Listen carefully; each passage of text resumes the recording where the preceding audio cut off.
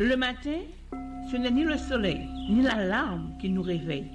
C'est une grâce de notre Père qui est dans les cieux. Témoignons-lui notre reconnaissance. Joignez-vous à nous du lundi au vendredi à partir de 6h du matin pour notre dévotion matinale sur Radio Paraclet.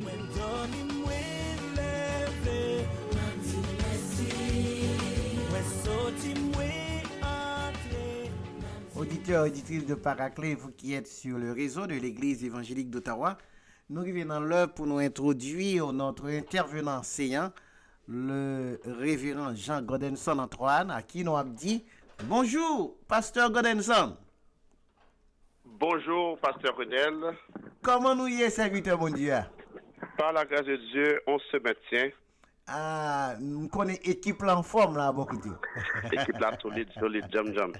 Nous connaissons ça. Et nous, c'est toujours une bénédiction hier pour chaque auditeur, auditrice et tous les bien-aimés qui sont sur le réseau de l'Église évangélique d'Ottawa, chaque fois pour nous accueillir sous plateforme ça. Et pour tout auditeur, nous pas prendre temps nous passer au micro à pasteur Godinson. Amen. Merci, pasteur Rinel. Nous saluons tous les auditeurs de la radio évangélique d'Ottawa, de Radio Paraclet et de l'émission de la dévotion matinale. Nous saluons nos frères, nos collègues, nos amis, nos mentors, nos pasteurs, à tout le monde qui prend un privilège pour tant ça, pour être capable devant le Seigneur ensemble dans cette ambiance de formation, d'apprentissage pour nous grandir ensemble. D'entrée de jeu, nous allons essayer d'aborder le sujet que c'est Jésus est notre sanctification. Je ne sais pas si je corrige ou bien je l'aborde d'une autre façon. Mais je le reprends dans le 1 Corinthiens chapitre 1er, verset 30 et 31, qui est texte de base, nous, qui dit « Mais c'est par lui que vous êtes en Jésus-Christ, lequel de par Dieu a été fait pour nous sagesse et aussi justice, sanctification et rédemption, afin que, comme il est écrit, que celui qui se glorifie dans le Seigneur. » Alléluia. Jésus est non seulement notre sanctificateur, il est notre sanctification. Et c'est ce sujet que nous parlons élaborer ou bien entrer là-dedans. Nous, comme d'habitude, comme nous remet faire rentrer dans le livre là, ça a aidé un auditeur qui peut-être pas trop familier avec le vue d'ensemble qu'il y a dans la Bible, où nous avons traité à travers différents livres Jésus à travers la Bible, essayer de comprendre les particularités qui sont dans le texte, ça a aidé à lire l'autre gens et à apprécier le contenu. Comme tous les pasteurs nous font lire, c'est l'occasion pour nous inviter, ou même qui peut-être pas fait du Bible, un livre que de chevet, un livre que lit souvent, peut-être occasion ça va aider à un panorama du livre et à être encouragé à le lire avec intérêt.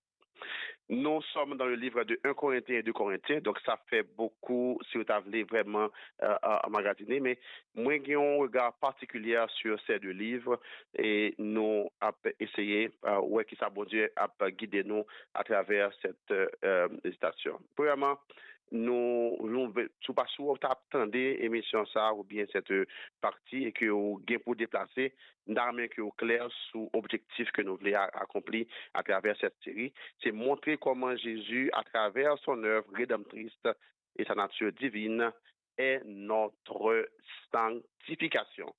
OK, Jésus-Christ est notre sanctification, selon Jean-Paul illustré dans les épîtres aux Corinthiens, du 1 Corinthiens et 2 Corinthiens. Donc, nous voulons inviter ou même qui croyants, qui attendent de nous, pour comprendre comment Jésus joue un rôle central dans la vie en tant que sanctification et comment lui relayer en tant que monde que lui sanctifié pour mener une vie séparée et consacrée à Dieu. Donc, nous avons avancé sur la même toujours. Nous avons continué pour nous faire une exégèse un petit peu en détail de ces deux livres. On commence avec le livre de 1 Corinthiens parce que nous allons comprendre que dans le contexte et audience que Paul t'a écrit.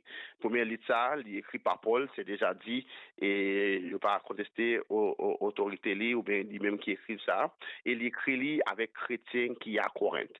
On est d'accord que les livres étaient des livres, bon, il y a les lettres circulaires, mais lettre ça, il était adressé directement avec les Corinthiens pour traiter des problèmes qui étaient pertinents dans la communauté ça.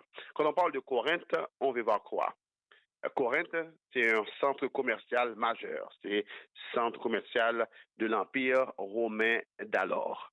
Donc, mais Corinthe, qu'on y a là, lit toujours, c'est Corinthe, mais il trouve dans la Grèce. C'est en Grèce, il trouve dans l'isthme de Péloponnèse en Grèce. Donc, Corinthe, à l'époque que Paul avait écrit, était célèbre parce que son livre qui était, une ville qui était riche, une ville qui était en pile diversité culturelle, et c'est une ville tout, parce qu'il était un centre, il trouvait son isthme auprès des mers, il était une zone portuaire, donc ça fait que il était un bastion de la culture, différentes cultures là-dedans.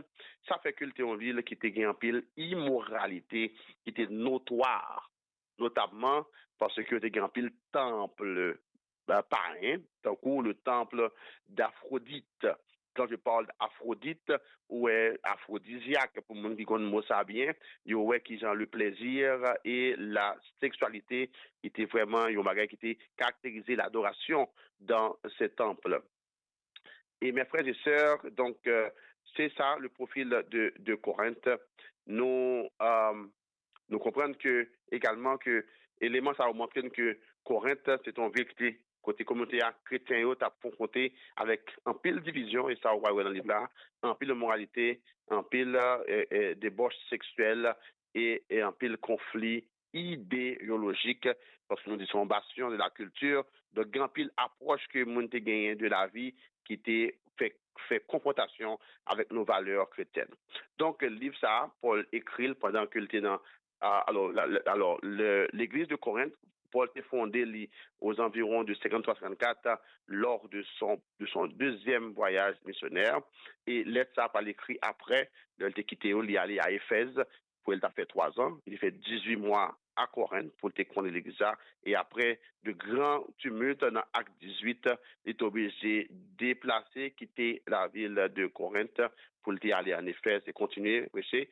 Mais il était maintenu en rapport avec l'église.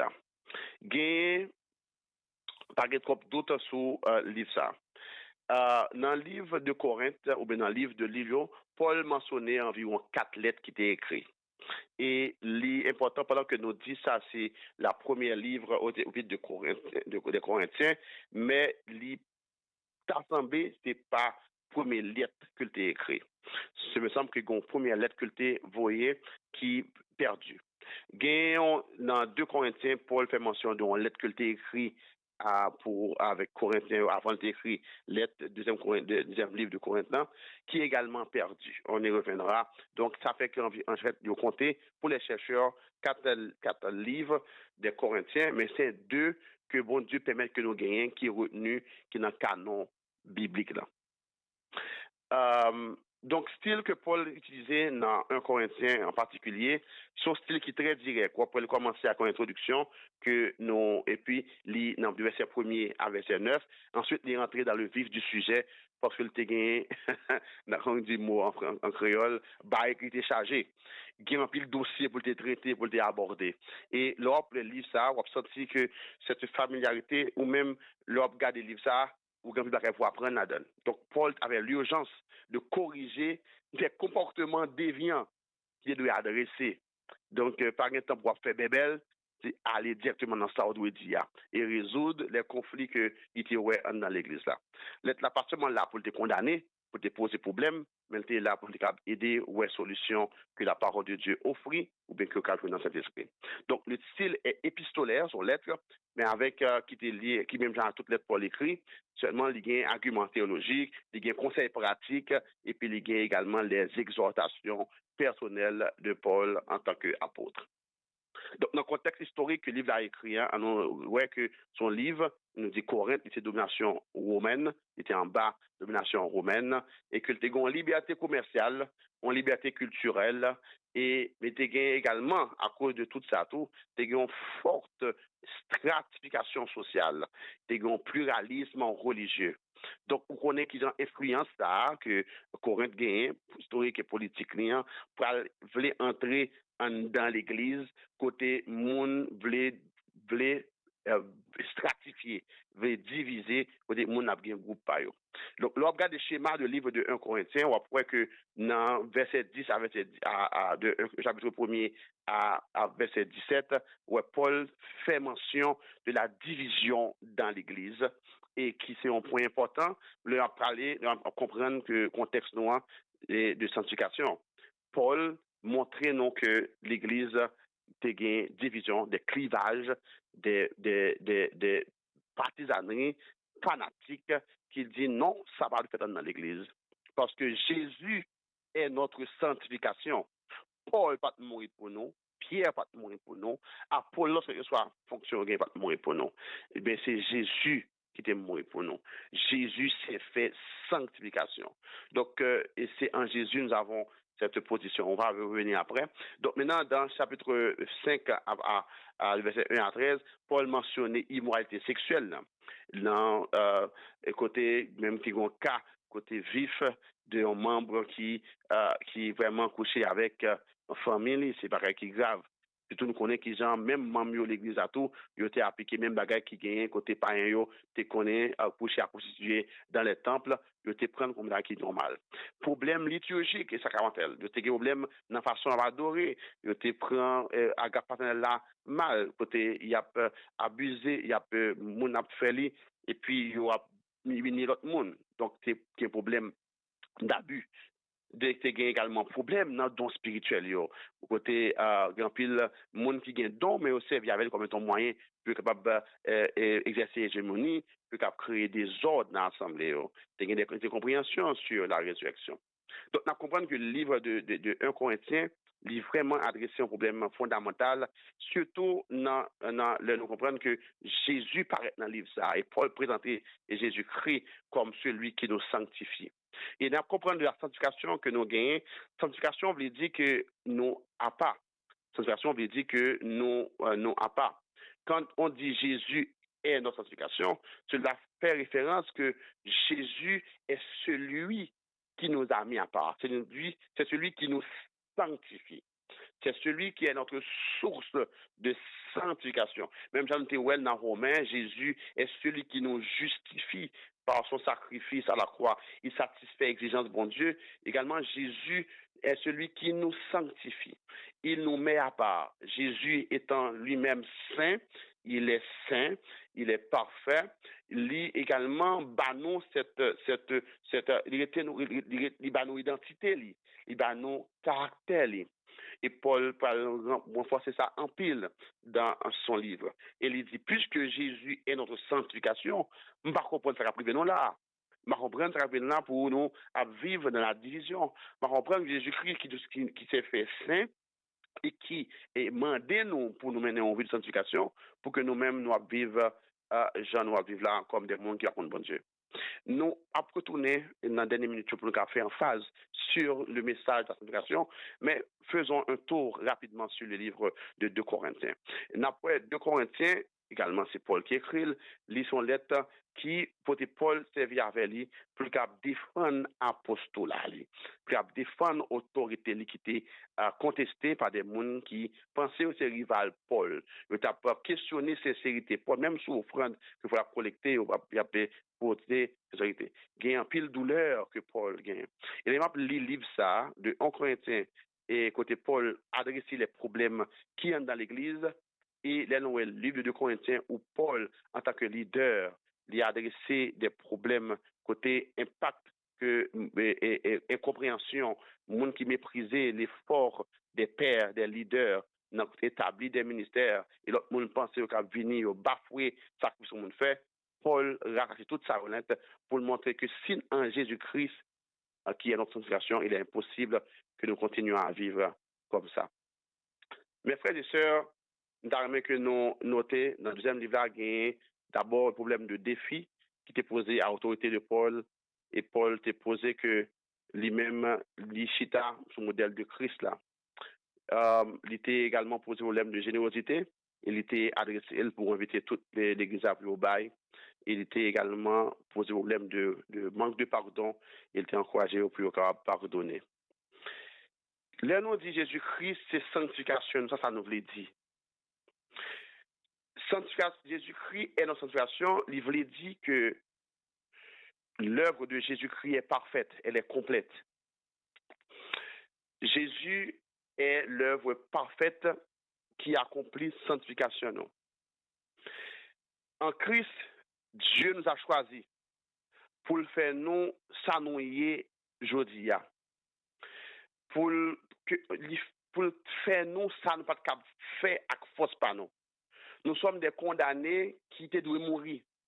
Mais Dieu, par Jésus-Christ, nous a déclarés justes. Il dit que nous-mêmes, nous propres, sanctifiez nous. En sorte que, en Jésus-Christ, tu peux dire que tu es saint. Et si je dans un message, je prêché, je dis je suis saint. Parce que, en fait, quand c'est un mot que des fois nous peut dire, mais Dieu nous a, en Jésus-Christ, nous déclare par son autorité, par l'œuvre qu'il a faite à la croix, qu'il satisfait l'exigence de bon Dieu, et déclare nous justes, et déclare nous que nous saints. Nous comprenons que la sanctification n'est pas simplement un effort humain, c'est un cadeau divin. On parle dans l'aspect ça, que la sanctification est un acte de Dieu. Suivez-moi bien. Donc maintenant, Jésus-Christ, par son sacrifice sur la croix, il lave nous, il purifie nous, il sépare nous pour nous ramener une vie consacrée à Dieu. C'est Jésus-Christ qui l'a fait. Il nous a justifiés, et puis il relève nous à pas, mettez-nous à pas, comme un peuple poli, un peuple que le sanctifié. Donc Jésus est notre sanctification. Bien sûr, il est sanctificateur, nous, mais il est pour nous notre sanctification. Donc, nous, dans le ville, ce n'est pas mérite, pas non, mais c'est la grâce de Dieu qu'il a fait. Donc, maintenant, Jésus-Christ est notre sanctification. L'Ivre dit que nous identifions nous en tant que chrétiens à Christ. Dire que Jésus-Christ est notre sanctification, il signifie que sainteté nous est intrinsèquement liée avec la relation avec Jésus-Christ. Moi, je veux dire à un monde là que ou pas capable de saint sous pas dans Jésus, sous pas attaché avec Jésus. Tout comme nous sommes justifiés en Christ, nous sommes également sanctifiés en lui. Donc, c'est vraiment important pour nous comprendre que notre union parfaite avec Christ, il doit transformer nous de l'intérieur vers l'extérieur en tant que monde qui sanctifié. Et c'est ça qui te fait problème et que Paul a adressé dans les Corinthiens. Pour que les chrétiens qui se disent, des gens qui le disent aux chrétiens, et que sont d'accord la division, ils sont d'accord l'immoralité sexuelle, ils sont d'accord les disputes entre eux pour des biens terrestres, ils sont d'accord des défis sexuels, surtout par rapport avec des débauches qui te gagné, mariage qui était affecté. Donc, il y a des problèmes de discipline, des problèmes dans un niveau façon d'exercer les ministères. Et Paul dit, en tant que monde que Jésus-Christ sanctifié, vous ne pouvez pas continuer à vivre comme ça. En tant que celui qui est sanctifié, donc et Paul, et dans le texte, nous comprenons, nous voyons Jésus-Christ comme sanctification, nous voyons la transformation continue. Parce qu'il est beau et c'est belle pour dire que Jésus-Christ est sanctification et que ça le fait à les créer, les sanctifier. Mais beaucoup prennent cette situation pour dire que puisque Christ sanctifie, donc je n'ai rien à faire, je peux vivre comme bon me semble. Mais être sanctifié, être par Jésus-Christ, impliquait que, ou d'accord, votre dépendance à lui, à mener une vie transformée, à engager dans une vie de transformation continue, parce que, puisque celui qui vous a appelé est saint, vous aussi, soyez saints dans toute votre conduite. Il y a un pile texte que Paul lui-même mettez cette notion très en exergue. Dans 1 Corinthiens 6, 11, Paul dit, c'est ce que certains d'entre vous étaient, parce que, nous dit déjà, le Corinthe est un siège de l'immoralité. Mais vous avez été lavés, vous avez été sanctifiés, vous avez été justifiés. Donc, vous ne pouvez pas mériter ça, mon Dieu fait pour vous, mais au nom du Seigneur Jésus et par l'Esprit, notre Dieu. Dans 2 Corinthiens 5, 17, Paul rappelait les chrétiens que ils ne peuvent pas vivre dans des autres côtés, ils ont goûté l'autre, ils n'ont pas respecté le monde, ils n'ont pas accepté l'autorité, le sacrifice que moi-même en tant qu'apôtre que j'ai consenti pour le ministère et pour qu'il n'y ait défini d'autorité. Il dit, si quelqu'un est en Christ, il est une nouvelle créature. Ou pas une conception partisane, clanique que tu as dans le monde et qui est dans l'entourage. Les choses anciennes sont passées, voici toutes choses sont devenues nouvelles. Dans 2 Corinthiens 7, verset 1er, Paul dit, ayant donc de telles promesses, bien-aimés, purifions-nous de toute souillure et de la chair et de l'esprit en achevant notre sanctification dans la crainte de Dieu. Ces passages renforçaient l'idée que Jésus-Christ est notre sanctification, l'impliquer que nous engageons dans la dépendance de Jésus et de Dieu pour mener une vie de transformation continue. Une vie de transformation continue. Mais, mes frères et sœurs, puisque Jésus-Christ s'est fait pour nos sanctifications, cela veut dire que nous devons vivre en nouveauté de vie. Nous devons vivre dans cette réalité de cette transformation que Jésus a fait. En tant que monde, Jésus sanctifié. Ou pas mériter, bon Dieu, bon, un nom nouveau, les faire une nouvelle créature. Donc, vous devez vivre de cette nouvelle réalité en tant que celui que Jésus-Christ s'est fait sanctification et a sanctifié. Et puisque Christ vous a sanctifié et que vous vivez une vie nouvelle, vous devez continuer à dépendre de lui, à admettre que sans Jésus, vous n'êtes pas capable de continuer à marcher dans cette façon-là. Admettre que vous avez besoin de vivre totalement de lui pour une croissance spirituelle progressive, mais dans la parole. Vous allez comprendre que puisque Christ vous demande de vivre une nouvelle vie en lui, donc vous avez besoin de dépendre de sa parole, de sa présence chaque jour, dans la prière, dans l'étude de la parole de Dieu, dans le vivre ensemble en communauté, avec d'autres croyants, pour continuer à avancer et également faire face à différents défis que la vie chrétienne gagne. Et parce que vous êtes sanctifiés par Jésus-Christ, qui est votre sanctification, vous devez témoigner Christ à travers votre vie. Nous sommes appelés à être des lumières dans le monde, des témoins de la grâce, des témoins de la faveur de Dieu. Notre vie transformée par la sanctification de Jésus-Christ devient un témoignage vibrant de la puissance de l'Évangile. Jésus-Christ s'est fait pour nous sanctification, mes frères et sœurs. Donc, son encouragement pour que nous marchions dans la pureté, son encouragement, tant qu'on le dit dans 2 Corinthiens 6, verset 4 à 7, son encouragement pour que nous connaissions que nous sommes des trésors dans des vases d'argile. Donc, nous ne pouvons pas quitter le monde, entrer en dedans nous, et pour nous oublier l'identité nous, comme des gens que Dieu a sanctifiés. C'est un ministère qui caractérisait la nouvelle alliance. Nous devons mener une vie de sanctification. Une vie côté nous transformer par l'esprit de l'intérieur vers l'extérieur.